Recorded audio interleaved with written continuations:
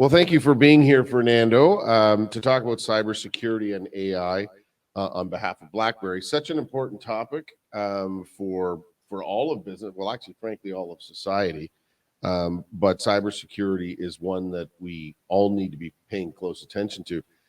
I'm reminded I reluctantly gave up my Blackberry handset not too long ago because I was a diehard, and that's what many in this community remember, or their first thought of BlackBerry is the cell phone. But BlackBerry has always been a security company, and that's what it is now. It's embedded in a lot of, and it's world class security. Maybe talk a little bit about your career path and how you got involved with BlackBerry and why cybersecurity is at the heart of what BlackBerry does. Definitely, and thanks for having me. It's Yeah. a great honor to be here. So I've been working in tech for the past 20 years. I first started working for the Mexican telecom regulator. So I was dealing with broadcasting subjects mainly, digital radio, digital television. Later on, I was part of an advisory group of the government that selected vendors for a national security satellite. So a lot of cybersecurity embedded there as well. Later on, I joined a Finnish company that sells encrypted phones, military networks. So basically hardware and software, very high-end technology as well. And in 2022, our family moved to Canada, actually. So I was lucky enough and honored to be accepted to work at BlackBerry as sales training manager, and here I am. Well, that's great. And, it is BlackBerry is still a big piece of the tech space here in Waterloo region. As we think about cybersecurity and for small and medium-sized businesses, they don't have big tech departments. Usually they're working with partners, but cybersecurity and protecting of data, which is the currency for just about every business, is the information, the personal information, the financial information that people have. Those are the core pieces that every business have to worry about. So we're familiar with the mobile and cellular part. Give us the context of the cybersecurity, which is the nuts and bolts of what was previously in the handsets. It was the most secure. We heard stories. President Obama would have his so U.S. presidents, national security right around the world. BlackBerry was the gold standard because of the security that was embedded in the technology. Let's talk about that context setting, that or foundational piece that was BlackBerry and is BlackBerry. So if you remember, beyond the devices themselves, there was a lot of security, different solutions at software level. So the whole environment that protected individuals and businesses basically built the DNA of BlackBerry. And through the years, actually, that DNA has remained with us. Nowadays, we offer world-class cybersecurity solutions, basically to protect any type of endpoint. So it doesn't matter where you are, you're working in your office, working remotely, the same security and the same brilliant minds that work behind the device that everybody loves now is behind the solutions that we offer to protect individuals and businesses alike. So we are still there. We are the same secure company that everybody trusts, and that's actually one of our core values. Companies trust us. So I think about QNX, which is a Canadian company, which is now part of BlackBerry, and that's that. When you talk about end-to-end, it's not the laptop or the iPad or the cell phone now. It's your kettle, your fridge, your your car. Your car is basically a computer on wheels. Maybe talk about. I mean, those are some of the practical parts of it. You have to protect everything that you do that is computer based, because it's an entry point for someone that wants to do harm. Yes, at some point, I remember seeing that one of the most attacked devices were air conditioning units. So you get connected to those AC units through your cell phone, but they didn't have enough protection. So it was an easy way to get into your Wi-Fi, and from there on to basically snoop on your devices. So every device that you can think of that could be connected to the internet at some point can become an open door, and that's why security is so critical. So it's really hard to take an easy approach when it comes to security. We have a zero trust network approach, and basically everything that goes in between needs to be taken care of by someone. I remember my colleague Greg DeRocher and I on the radio show had one of your colleagues come on, and he had been at a hacking conference and he was in the security, the security side of BlackBerry, and he recounted, and we actually watched on video before we recorded the segment for the radio show of someone having hacked into someone's kettle at home because it was a connected smart kettle, and they got access to the network through a kettle. So it is something we have to pay attention to this and understand where all those vulnerabilities are. And I would add something to that. As time goes by, attackers get more sophisticated. They exploit different things in ways that sometimes are getting harder to catch. And this is where companies like BlackBerry, using AI, machine learning models, we can stay ahead of attacks. And we can talk a little bit about that, but it's very critical that everybody understands that even if you're buying a webcam for your house, webcams can be exploited as well. You need to buy trusted technology, no matter what it is. If it's a toy for your kids that may have internet connectivity, you need to be careful. So just name it, and there's always some risk involved. So that brings us to, I mean, as we start this discussion, we look and say it's all over the news all the time, where there's cybersecurity attacks, and whether it's personal information, medical data, that hospitals get hacked, banks, everybody is subject to this. Not just small business; every business is susceptible to it. But it's the stories we normally hear are those large enterprises, because they're the big, where there's thousands and thousands of records that may be put at risk. But building on what we just talked about, small businesses are very much at risk. Sometimes because they may not have enough of the security protocols in place, but they've got all the same vulnerabilities and probably not the same capacity for putting things in place. Maybe talk about what for a small business, the importance of them putting protections in place to protect their own data, their financial information, their customers, the information that they're obligated under law to protect. Absolutely. Well, and you rightfully say, when we hear in the headlines about massive breach to public infrastructure, things like that, typically that's hard to miss because they may end up affecting thousands or millions of people at a time. But it doesn't mean that small businesses are absent from the intentions of attackers. I found some numbers this week, actually, that were really interesting. 43% of small businesses are being attacked at this moment. 43%. Wow. And only 14% of small businesses are protected somehow. Then there is like an average cost of attack that goes from $1,000, and it can go all the way to $650,000. And there's an expectation that this figure will increase 15% by 2025. So if you can think about it, there's a niche there that is being exploited even more after the pandemic. Suddenly, everybody was working from home, right? And small businesses were no different to that. So now it's the right time to start thinking about how they should be protecting themselves. One of the reasons is that it's very expensive to have a professional service area with the expertise to keep ahead of threats, to make sure that they are attending every alert that they get from their system. So maybe they have one IT guy and that's about it. Or maybe they have a couple and they have rotation in staff. So one thing to consider is to find a company that can give you a 24/7 security, that can be ahead of threats, give you reports, and basically let you focus on growing your business, generating employment. So in other words, they need to find someone who can give them the peace of mind that they're going to be protected. And we do have companies. BlackBerry obviously is one. We're going to get into the work you do in AI, et cetera. But eCentire, there are local companies that are global players in this space. And one of the magic things that's starting to happen is companies like BlackBerry are working with other partners and vendors that supply those services to small business. But important for the small business to at least ask the question: how are we protected? What are those pieces that the third-party provider is making sure that all those security measures are in place? So I think I can answer in two different ways. For those companies that may have some security implemented, we can, or companies like BlackBerry can expand that type of security, and basically we can become the CISO of the company. We can give SOC capabilities. So basically, everything that is surrounding detection and response of cyber threats can be handled by a third party. Hmm. And if you don't have any, then companies like Blackberry, we can provide everything. So, Right.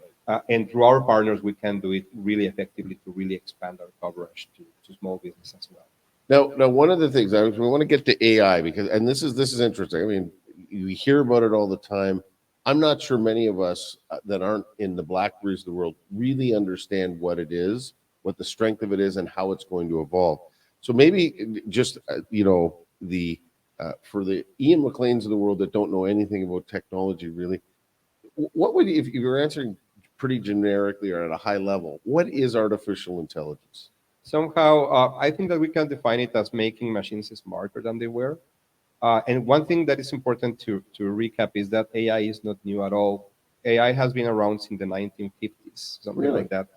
And we have seen different stages of evolution in AI.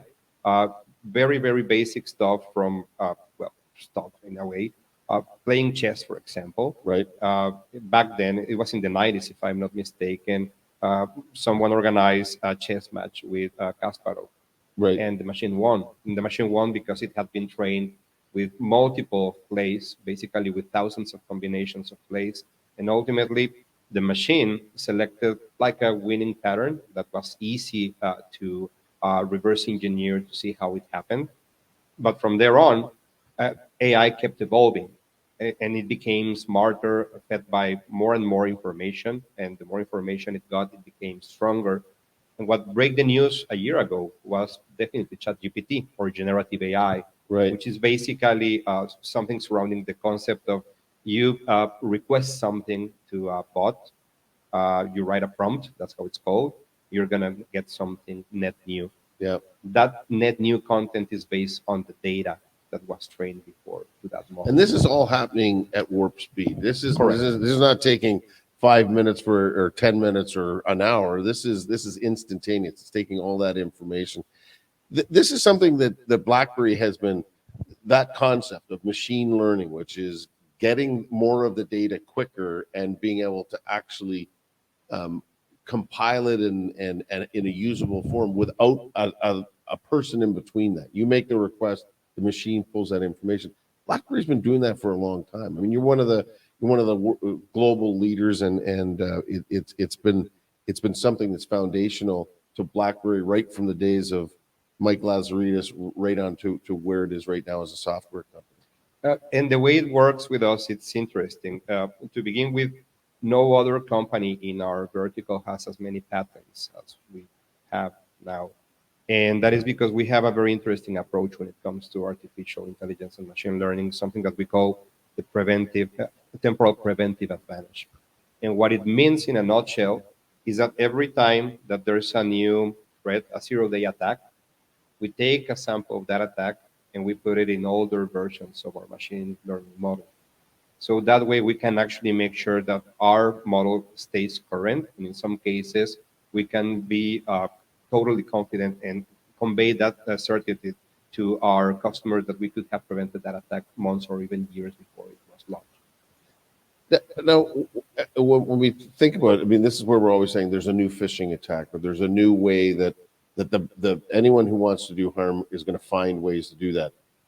Is this machine learning and artificial intelligence meant to kind of get ahead and say and anticipate things that may come, not just react to what has happened in the past? Definitely, that's part of the idea. Every time that there is a threat, you can see it in multiple ways, and that's what our technology is doing. We're basically making sure that that sample is being observed from different angles, if you will. So if it was just an object with 1,000 cameras, above, below, on the sides, and once you have all of that, you start recognizing patterns, and those patterns are analyzed on the blink of an eye, and that's how you can actually stop one file from doing something harmful to your computer or your cell phone.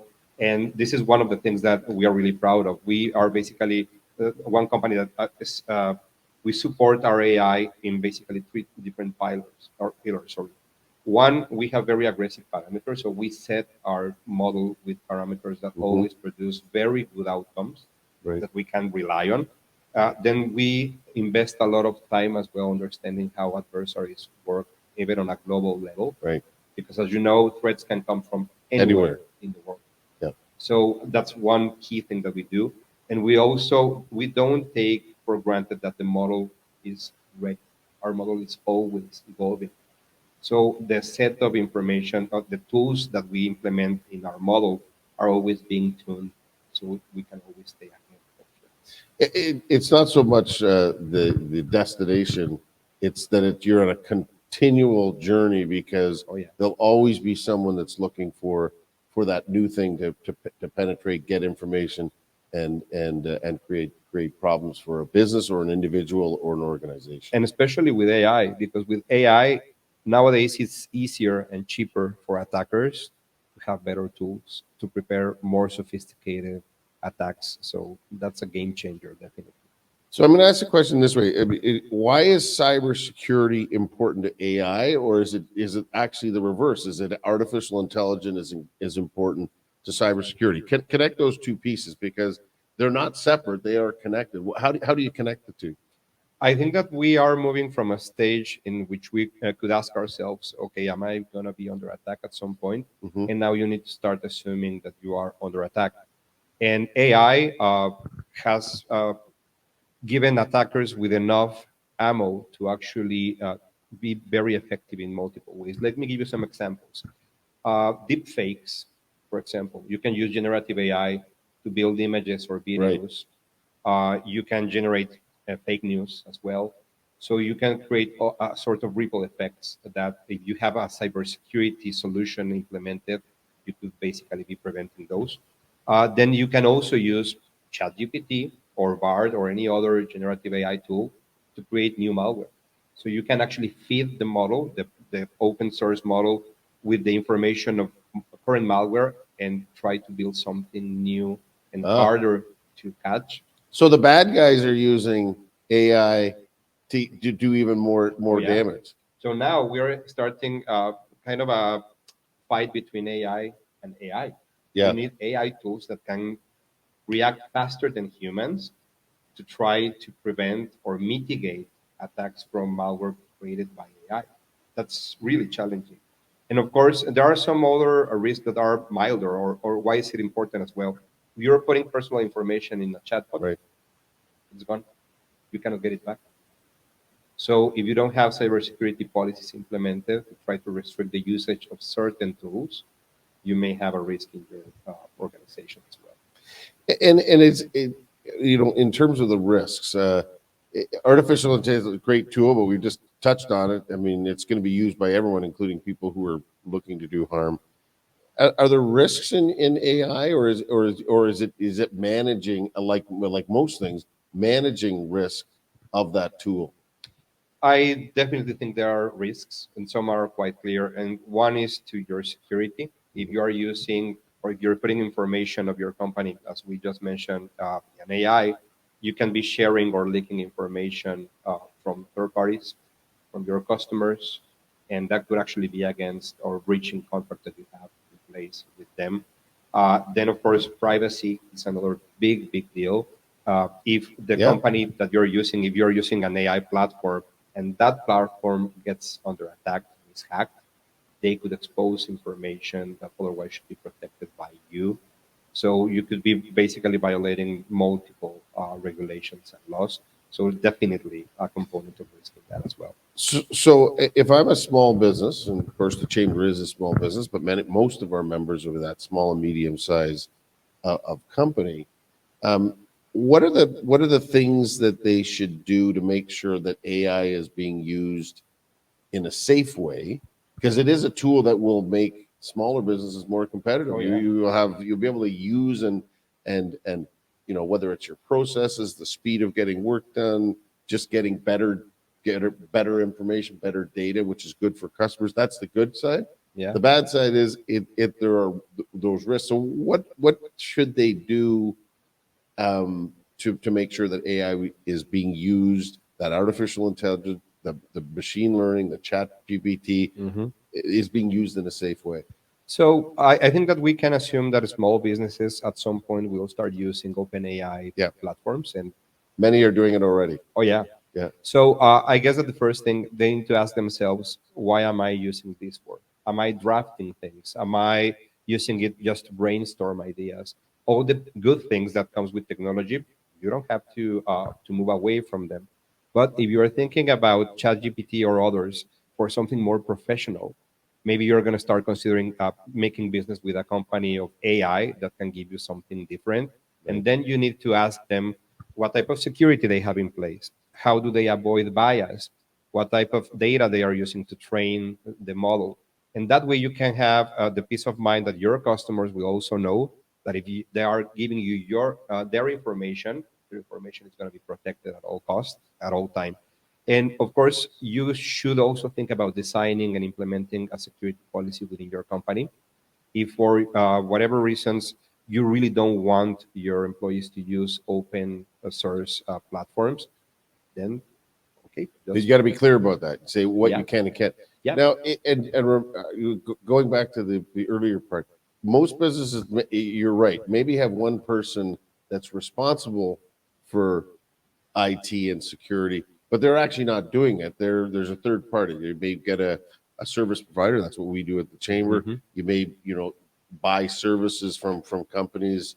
Um, so having that policy, that's important so that you at least say, okay, here's what we are not going to do with artificial intelligence platforms like Chat GPT, and that's something that you have in place so that when you are talking to the person that is the company that's providing it to you, say, here are our parameters, and hmm this is if we're going to buy the service from you or you're going to be our partner, here's what should be in and shouldn't be, and that I assume that's something that's going to have to be a much like insurance. You might review your insurance policy every six yeah. months because things are changing fast. Your company may have changed. You might have different employees.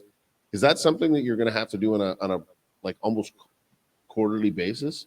I think so, and I believe that we are entering a new stage in which companies offering this type of solutions are going to have to come clean from the very beginning because they are going to be asked, "How are you doing things?"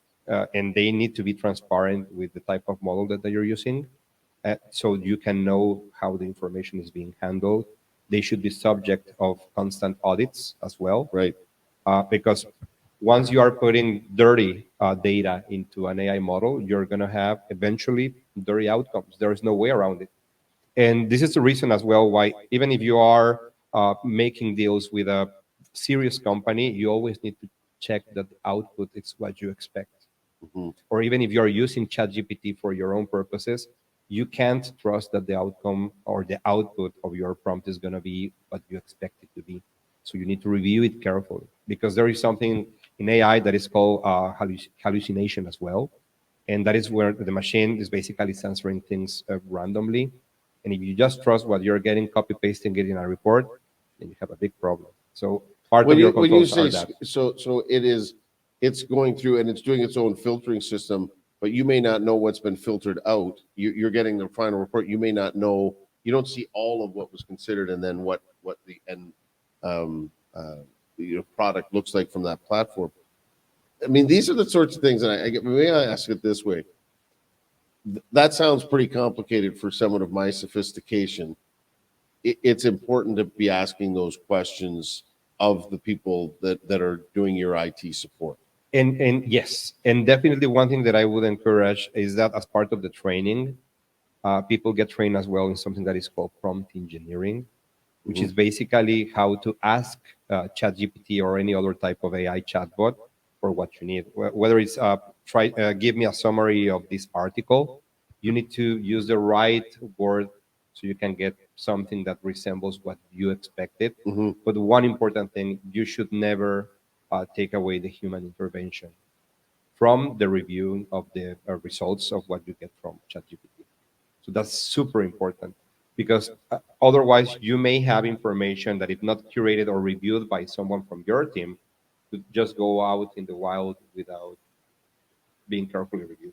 Well, that is taking the human element, and this is one of those, and this is a discussion for another time, perhaps for us. But the fear of with artificial intelligence, will it negate or can it get smarter than humans? And I think the important part is never letting that human Correct. contact point be taken out of the equation.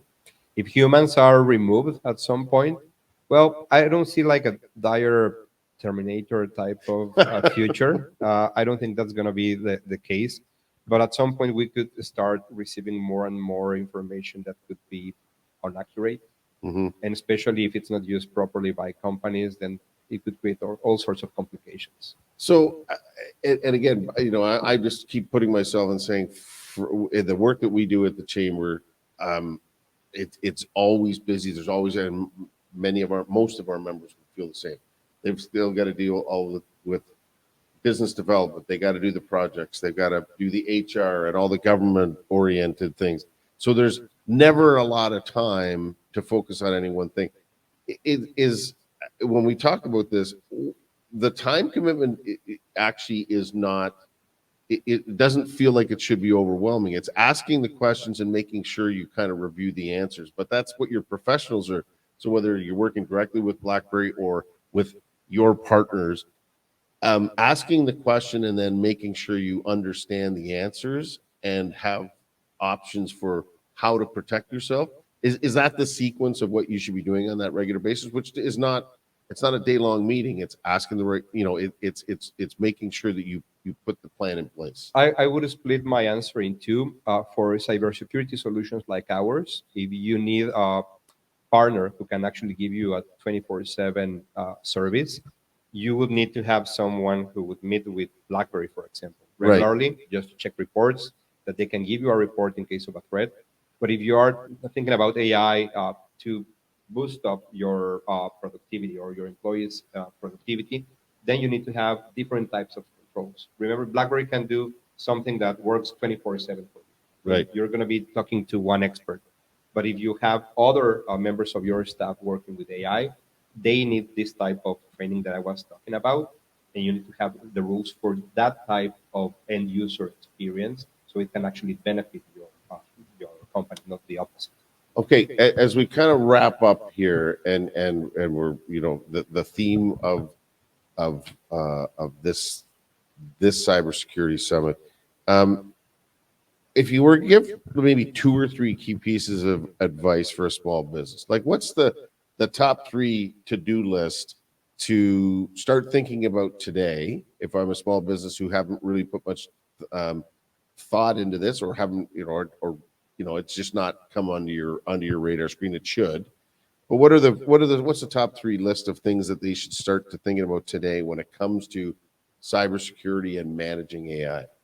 I would say that first of all, you need to plan. And that's very important. You need to sit down with your team and try to discuss, okay, where am I right now? Am I subject of an attack? What would happen if I am compromised? What would be taken from me? My reputation, customers, information.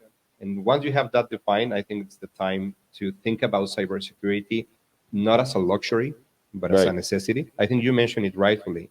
If you think about an insurance for your car or for your house, you may not see the insurance working until you are attacked or Yeah. until something happens. The same thing goes with cybersecurity. One of those things that you want to have ready in case you really need to defend yourself, which is hard to swallow because sometimes it's really hard to say, okay, well, I'm going to have to invest this amount of money in cybersecurity. These things may not happen to me, but then it happens, it's worse, right?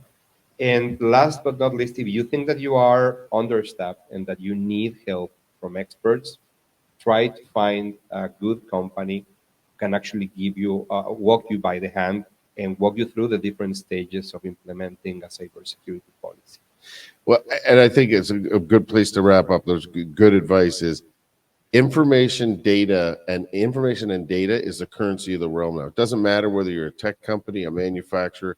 Data, protecting your intellectual property, protecting your client information, your financial information, it's all online. No one's using paper anymore, so you better get focused on this. And I think it almost is like we all have car insurance and house insurance and hope we never have to use it. Yeah. But boy, if something happens, you need to have it. And the investment in cybersecurity technologies and partners like BlackBerry, and we're fortunate in this region is that we are in in the Toronto-Waterloo corridor, we've got global leaders like Blackberry and others here in Waterloo region that are the experts in this. And so there's lots of partners that are working with Blackberry to be as service providers. So we can get this global technology in our small businesses by asking the right questions. Yeah, and one thing that I would like to highlight is that small businesses, they sometimes put a lifetime investment Right. in what they are doing. And it's really not fair to see that investment basically dissolve because there was a breach or something affected the business continuity, and they are gone eventually. So if anything, I think that there is a clear mandate of trying to keep up with the times and try to make sure that small companies keep generating Right. employment and that they keep being a source of pride for the community. So cybersecurity should also be part of that discussion as well, because it can be a good component and a good partner for success. Listen, this is a great way to start off our cybersecurity summit 2023. So thank you so much for joining us. Really appreciate it. Absolutely. My pleasure. Thank you.